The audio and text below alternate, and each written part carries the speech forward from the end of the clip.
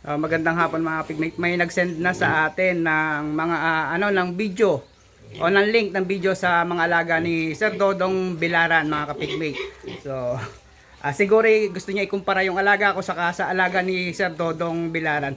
So, ako naman po sanay sa inahin. So, hindi naman tayo sanay pa sa patining. So, second batch tong atin na to na patining. So, itong patining natin, second batch to. So, mas matanda lang kay Dodong Bilaran ng 2 days or 1 days lang. Halos magkasing age lang itong alaga ko sa kayong alaga ni Sir Dodong mga kapigmate. Yan. So, same age sila ng winalay. 28 days din siya nagwawalay at 28 days din ako nagwalay. So, ito yung ating 18 days after walay naman mga kapigmate. Napakalaki ng layo sa alaga ni Dodong Bilaran. So, sa mga hindi pa nakakilala sa kanya, search nyo lang Dodong Bilaran. Napakalalaki po ng alaga nun. So, hindi po nagkakalayo yung alaga namin ha. Yan. So, ito yung mga alaga ko na 18 days after walay ito mga to. Yan. So, yan yung pako para makita nyo may basehan kayo. Yan yung pako. Yan. Para may basehan kayo kung gaano kalaki yung alaga natin. Yan. So, masusure ko lang dito sa mga alaga ko, mahahaba. Mahahaba. Sa laki, hindi naman sila kagaya nung sa alaga ni Sir Dodong Bilaran na malalaki ang tiyan talagang kumakain yung mga nakadapa na, hindi na makatayo sa katabaan.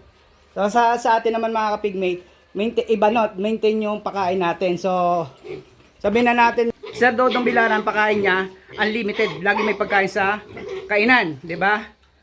Yung kainan niya hindi nawawalan ng pagkain. Anytime na nagutom yung mga piglet niya, nagpapakain siya. Tapos ang vitamins niyang gamit doon ay King Vita Plus. So, yon.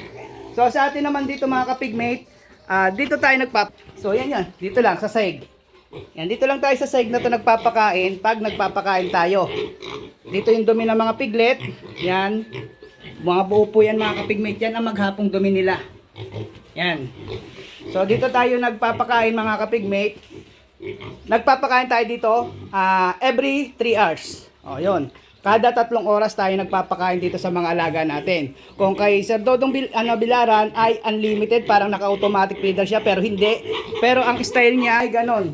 Anytime na maghanap ng pagkain or magutom yung alaga niya, kakain at kakain. So, ito mga to, pag gutom na sila, kunwari, hindi pa oras ng pakain nila, hindi ako nagpapakain. So, ganon. Mga kapigmate, gusto ko lang malaman nyo, iba-iba po tayo ng paraan. Lahat na nag-aalaga ng baboy, kanya-kanyang paraan. So, kung ikukumpara sa laki, so, hindi naman magpapaiwan yung atin. Ang problema, magkaiba po yung paraan namin. So, kung magkaparas kami ng paraan, pwede. O sabihin na natin na same age, pwedeng ikumpara. Pero inaamin ko sa inyo mga kapigmate, hindi pa ako ganon kabatikan o hindi ako ganon kagaling mag-alaga ng patining. So sa patining, second batch pa lang po natin to. So masanay ako sa inahin mga kapigmate. Ito yung mga kakain lang po nito mga kapigmate. Yan, nakakain lang nila. Yan, kaya mga tutulog-tulog na yan. Yan. So sa dumi nila, wala tayong naging problema dito. Isang beses lang yung mga nagtae. Yan, yung mga buo yan oh. Ayan. So ang gamit ko nga pala ditong vitamin, so isang beses pa lang tayo nakapag-inject ng Bilamil mga kapigmate. So Bilamil ang gamit ko ditong vitamins.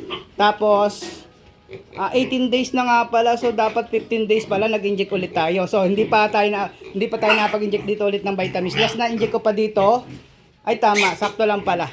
So isa-isa 5 days pala since wala ay nag-inject tayo ng vitamins sa kanila. Bala every 15 days mag-inject tayo ng vitamins. Yan. Pinapakain natin na grower mga kapigmate ha.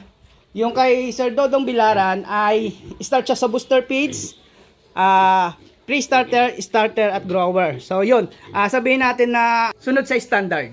Yun. Doon pa lang mga kapigmate ha, ibang-iba na yung para namin ng pag-aalaga. Sunod siya sa standard na feeding guide. Ako naman, practical lang ako mga kapigmate. Para sa akin na practical to ha. Straight grower. So lahat ng feeds ko dito, lahat ng pakain ko grower lahat. Maliban sa layer ko, maliban do sa mga manok na pa-itlogin natin. So, chicken layex talaga yon. Or chicken layex. Sari manok yung gamit ko doon. So, dito, doon pa lang magkaiba kami. Pero, tingin ko gusto ng mga follower namin na ano, na pagkumparahin yung alaga namin. So, pwede nyo pagkumparahin, pero masasabi ko sa inyo na talo na ako doon, talo. Wala tayong magagawa kay Sir Dodong Bilaran. Magaganda yung alaga niya, malalaki yon. So, kung mag-harvest siya, siguro harvest na rin tayo, yun. Pero malalaman natin na maganda yung pag-aalaga o maganda yung management ng pag-aalaga ng baboy. Kunwari, halos tabay kami dalawa, di ba? Dalawang araw lang o isang araw lang pagitan ng pagwawalay namin sa mga piglet para sabihin natin isa o dalawang araw lang yung pagitan ng age ng piglet niya sa kapiglet natin. Mga kapigmate, abangan nyo na lang sa harvest. Kung sinong una mag-harvest at kung gaano na karami yung napaubos na feeds. So tayo dito mga kapigmate, ako ang target kong ipaubos na feeds dito sa mga alaga natin, kada isang ulo ay 4 na sako. So sa 10 piraso, 40 sacks ang papaubos natin. Pure grower. So yun, abangan na lang natin yun. Yun na lang abangan nyo. Pero masasabi ko sa inyo mga pigmate, kung gusto nyo na matuto na yung sa pag-alaga ng patining na gusto nyo malalaki, pasyalan nyo sa Dodong Bilaran. Talagang napakaganda ng napakaganda ng management niya sa pagpapalaki ng patining niya. Kasi ako sinubukan ko yung ganun yung unlimited na nandyan lang yung feed sa baboy. So hindi ko kaya, ang hirap. So hindi ko kaya yung ginagawa niya. Kaya sinasabi natin, may paraan yung ibang nag-aalaga ng baboy, may ibang paraan yung bawat nag-aalaga ng baboy na napakadali lang para sa kanila. Pero pagdating sa atin o pagdating sa ibang tao, napakahirap. Kaya yung ibang tao dyan, nakita na lang okay naman dun siya, sasabihin nila, pangit yan, hindi maganda. So subukan muna. Sinubukan man lang nila, hindi lang nila nakuha yung tama. So mahirap mga kapigmate gayahin yung pamamaraan ng iba. Kailangan mo maraming maraming experience. Kung may gusto kang gayahin sa pag-aalaga ng baboy, na kagaya ni Sir Dodong Bilaran, kung gusto mo kagaya ko, gustuin ko manggayahin yung paraan niya, sinubukan ko talaga, nahirapan ako. Kasi nakita ko yung pag-aalaga niya, yung talagang nandun lang yung feeds.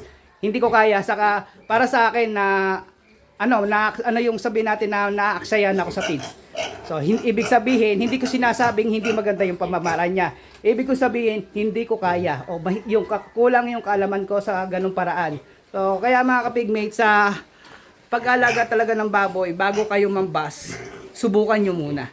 Kung hindi nyo nakuha yung resultang nakuha ng iba, huwag nyo maghanap ng ibang tao na gumagawa rin ng kagaya ng ginaya nyo. Ganun lang mga kapigmate. Kasi hindi naman tayo lahat perfecto na kung ano yung gusto mong gayahan, gusto mo antimano, magagaya natin. So hindi natin kayang gayahin yun. Ang kailangan natin ay matagal. Sabi natin mahabang pasensya o mahabang pag-aalaga ng baboy o mahabang experiment o mahabang oras mo i-google doon para makuha yon. So ako sinubukan ko talaga yung kay Sir Dodong Bilaran mga kapigmita, inaamin ko, sinubukan ko yung ganong style na talaga nagpapakain ako ng unlimited pakain yung lagi may pakain yung baboy pero hindi ko kinaya mga pigmate. Ang unang dahilan doon, mali siguro yung pagpapakain ko, yung mali yung oras ng punta ko sa kulungan, or mali yung dami, or hindi ko alam kung ano ang mali. So yun ganun din, kunwari ito yung pakainan, lagi ako may feeds dyan, pero nagka-problema, nagtatayo yung mga piglet. So hindi kaya. Pero sa ibang tao, kagaya ni Sir Dodong Bilaran, ganun ang ginagawa niya, kaya niya, 'di ba? So, ibig sabihin, hindi ko kaya yung kaalaman ni Sir Dodong Bilaran sa pag-aalaga ng patining. So, hindi ko kaya. Napakagaling niya sa ganon. Gusto kong gayahin, pero hindi ko kinaya, kaya mayroon yung sarili kong paraan na lang, yun na lang ang pinagpatuloy ko at gusto kong i-improve pa. Kaysa manggaya ako ng paraan ng iba, yung paraan ko na lang ang pagpupukusan ko, lumabas yung resulta na gusto ko. 18 days after walay mga kapigmate, 4 na mga pigmate, susundo pa ako sa estudyante natin. So, yan po yung mga alaga natin. Ayan. So, malayong malayo sa alaga ni Sir Dodong Bilaran, di ba?